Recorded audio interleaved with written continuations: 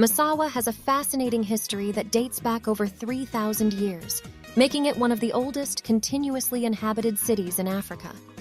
Known as Batsi to its ancient inhabitants, it has been a vital trading hub, a strategic port, and a melting pot of cultures throughout the centuries.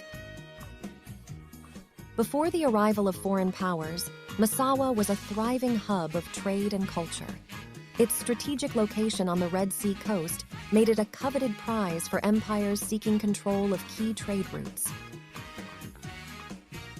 It all began during the ancient Axum Empire, when Massawa served as a vital trading hub in the Red Sea region. Subsequently, it came under the control of the Ottoman Empire in the 1557, which used Massawa as a strategic outpost for their maritime endeavors. However, the Ottomans faced stiff competition from the Egyptian ruler Muhammad Ali, who sought to extend his dominion over the region in 1872.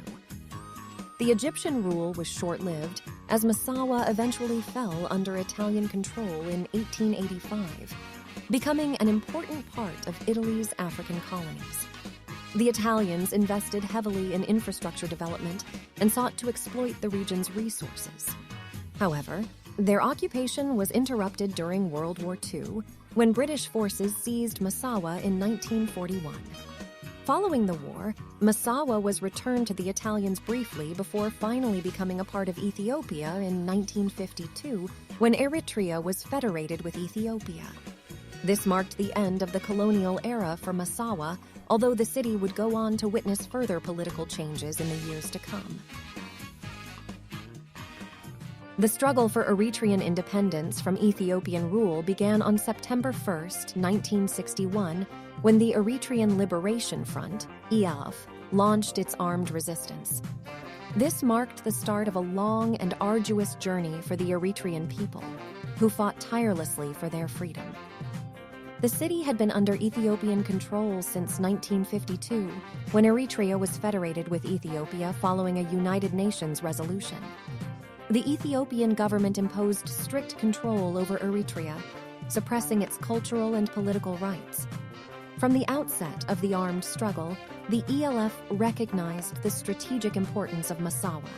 They understood that liberating the city and its surrounding areas would not only strike a blow against Ethiopian control, but also grant them access to the Red Sea, opening up possibilities for international support and supply routes.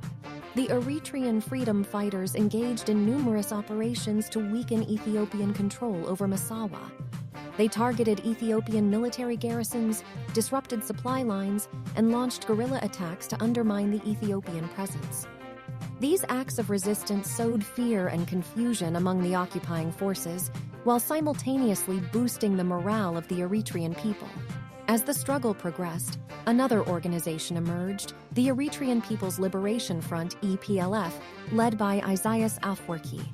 The EPLF became a prominent force in the liberation struggle, working alongside the ELF to achieve independence. Throughout the years, the EPLF and ELF engaged in a protracted armed struggle against the Ethiopian regime. Their efforts extended beyond military operations, encompassing political mobilization, diplomatic efforts, and the establishment of underground networks to support the resistance.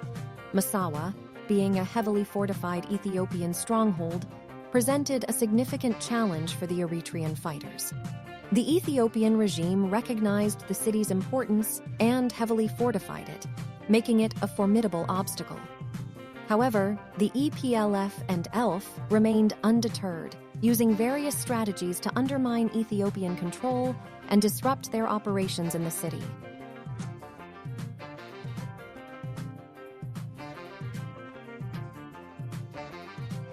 One of the major events during this period was the Battle of Massawa, or Fenkel, which took place from February to April 1990. The EPLF launched a massive offensive, employing guerrilla tactics, underground warfare, and a naval blockade to isolate the city and besiege the Ethiopian garrison. The battle was fierce and prolonged, but the EPLF's determination ultimately led to the liberation of Massawa on February 20th, 1990. The victory in Massawa was a significant turning point in the struggle for Eritrean independence. It weakened Ethiopian control over the region and bolstered the Eritrean fighters' morale and international support for their cause. Finally, on May 24, 1991, after 3 decades of struggle, Eritrea achieved its hard-fought independence. Massawa, with its pivotal role in the liberation struggle, stood as a testament to the Eritrean people's resilience, courage, and unwavering commitment to their freedom. The heroic acts witnessed in Massawa from 1961 to 1991, alongside the sacrifices of countless Eritreans, played an integral part in the ultimate realization of Eritrea's independence.